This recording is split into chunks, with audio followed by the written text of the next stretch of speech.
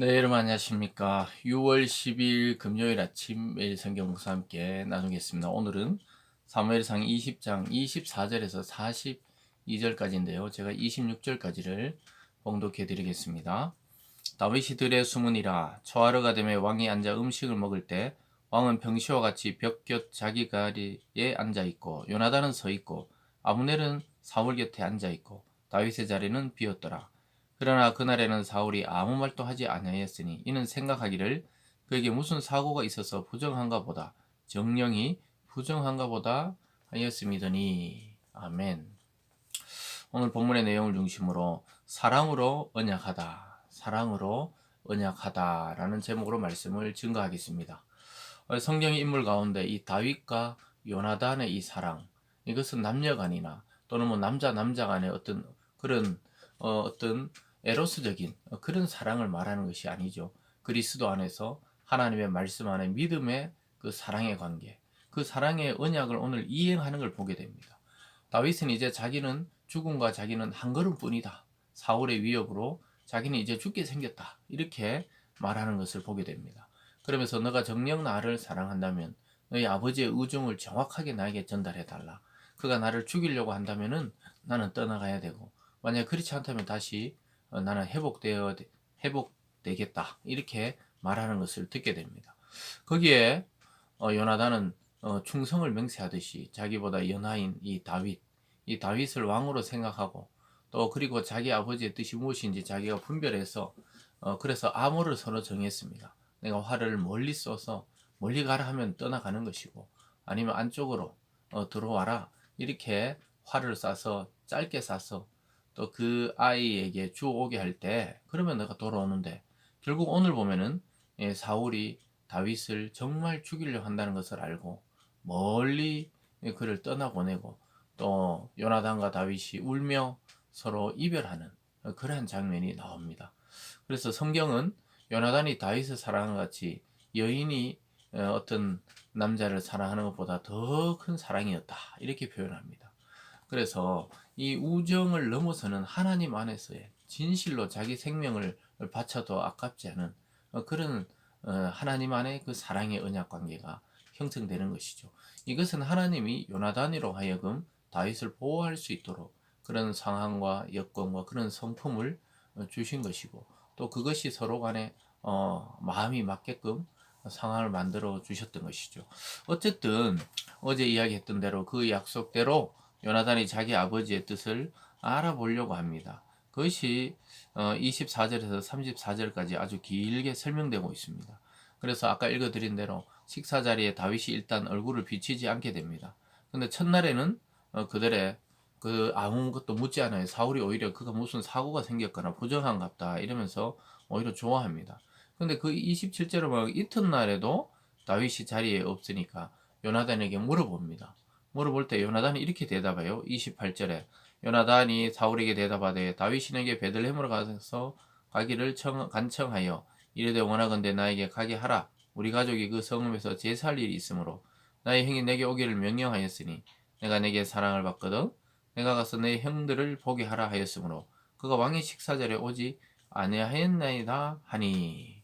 그래서 요나단은 다윗과 그 서로 작전을 짠 대로 사울에게 저 상황을 설명하죠.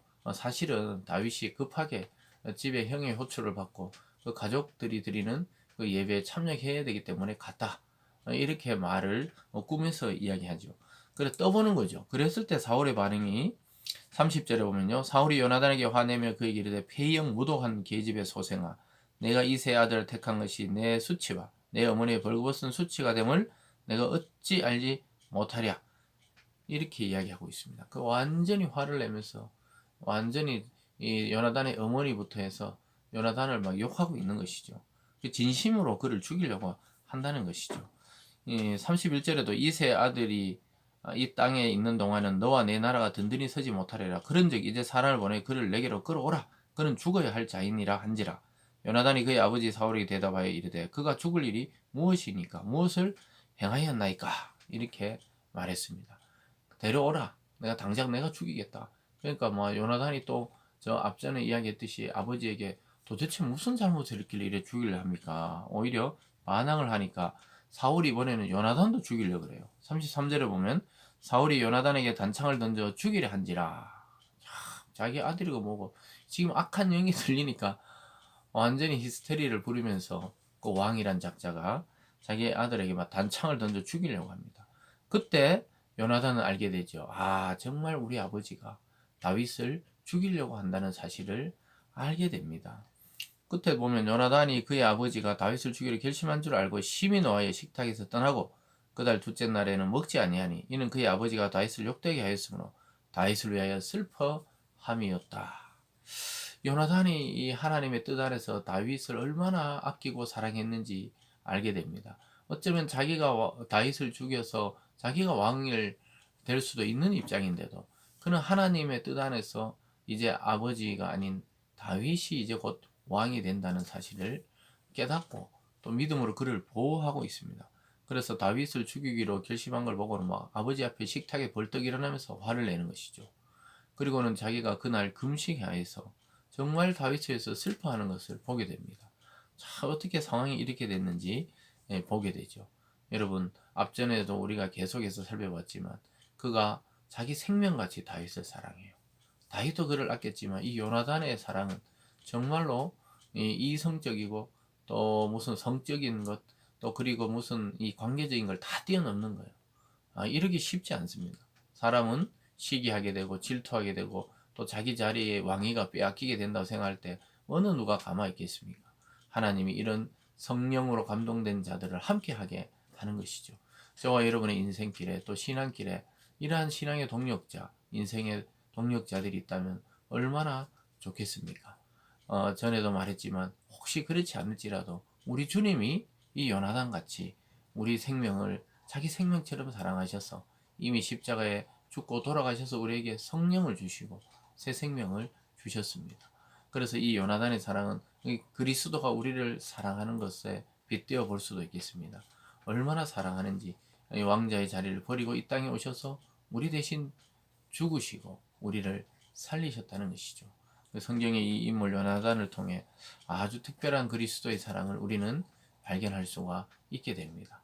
그래서 여러분 너무 낙담하거나 외로워하거나 또 너무 힘들어하지 마시고 오늘 이 요나단이 다윗 곁에 있듯이 주님이 여러분과 함께 자기 생명보다 더 아끼고 자기 생명을 정말 줘서 우리를 이미 구원하신 그 주님이 함께 한다는 사실을 잊지 마시기 바랍니다. 그것이 십자가의 사랑이요 십자가의 언약입니다. 오늘 두 번째로는 다윗과 요나단이 이제 작별하는 모습이 나와요. 약속한 대로 길게 활을 쏴서 아이가 멀리 뛰어가게 합니다. 37절에 보면 아이가 요나단이 쏜 화살이 있는 곳에 즈음 요나단의 아이에 대해서 외쳐 이르되 화살이 내 앞쪽에 있지 아니하냐 하고 요나단의 아이 뒤에서도 외치되 지체 말고 빨리 다름질하라 하며 요나단의 아이가 화살을 주워 가지고 주인에게 돌아왔으나 그 아이는 아무것도 알지 못하고 이렇게 이야기하고 있습니다. 그래서 이제 멀리 다름질해 도망가라는 것이죠. 그 아이에게 한 게 아니라 다윗에게 한 말인데요. 그래서 결국 둘은 이별하게 됩니다. 41절과 42절에 보면요. 아이가 가매 다윗이 곧 바위 남쪽에서 일어나서 땅에 엎드려 3번 절한 후에 서로 입맞추고 같이 울되 다윗이 더욱 심하더니. 그러니까 다윗이 요나단과 헤어지는 걸 더 슬퍼하고 또 괴로워하고 안타까워합니다. 왜냐? 정말 이 요나단 어떻게 보면은 사울 왕의 아들이고 또 나이로 보면 형이지요. 그래서 이가 자기를 얼마나 보호하고 사랑했는지 알기 때문에 막 이제 3번이나 절을 한 다음에 서로 입맞추고 갈 길을 가기 전에 울고 있습니다. 이 사랑의 눈물을 또 그리고 자기에게 약속을 지켜준 이 요나단에게 너무 감사하고 고마워서 이런 장면을 보여주죠. 42절에 보면 요나단이 다윗에게 이르되 평안히 가라. 우리 두 사람이 여호와의 이름으로 맹세하여 이르기를 여호와께서 영원히 나와 너 사이에 계시고 내 자손과 내 자손 사이에 계시리라 하였느니라 하니 다윗은 일어나 떠나고 요나단은 성읍으로 돌아가니라. 서로 간에 이 참 이별의 모습을 보게 됩니다. 이렇게 든든히 자기를 지켜주고 또 보호해주고 또 자기를 알려줬던 그 요나단을 떠나며 다윗은 슬픔으로 떠나지만 하나님의 함께 하심을 경험하게 되는 것이죠. 그래서 요나단은 모든 권력을 동원해서 다윗을 쫓는 사울을 추종하기보다는 무기력해 보이고 또 도망 다녀야 하지만 하나님의 뜻이 함께 있는 다윗을 보호하고 그를 더 사랑했다는 것을 보게 됩니다. 그래서 여호와의 이름으로 맹세하고 여호와의 이름으로 그 맹세를 실천하고 또 완성하는 이 두 명의 사람을 보게 됩니다. 사랑하는 여러분, 사울의 분명한 의지는 다윗을 제거하는 것이었고 요나단의 분명한 깨달음은 다윗을 보호하는 것이었습니다. 결국 하나님은 다윗을 보호해서 그 다음 왕으로 삼아야 되는 요나단의 뜻이 이루어지게 하신 것이죠. 사랑하는 여러분, 오늘 하루도 여러분 누군가와 사랑으로 맺은 언약, 그런 약속, 또 그러한 어떤 일들이 있다면 반드시 실행하고 또 그 실행을 통해 함께 기쁨을 누리는 오늘 하루 되시길 주님의 이름으로 축원드립니다. 기도하겠습니다. 사랑의 하나님 아버지, 사랑으로 다윗을 돌보고 또 그 약속을 지켜낸 요나단처럼 우리 주님께서는 우리를 위해 죽으시고 또 부활하시고 성령 주셔서 그 언약을 확증해 주셨습니다. 하나님, 오늘 또 우리도 누군가에게 사랑의 언약 또 사랑을 베푸는 그러한 하루가 되게 도와주시고 정말 우리의 이익과 상관없이 누군가를 깊이 복음으로 섬기는 오늘 하루 되게 도와 주시옵소서. 감사드리며 예수님 이름으로 기도드리옵나이다. 아멘.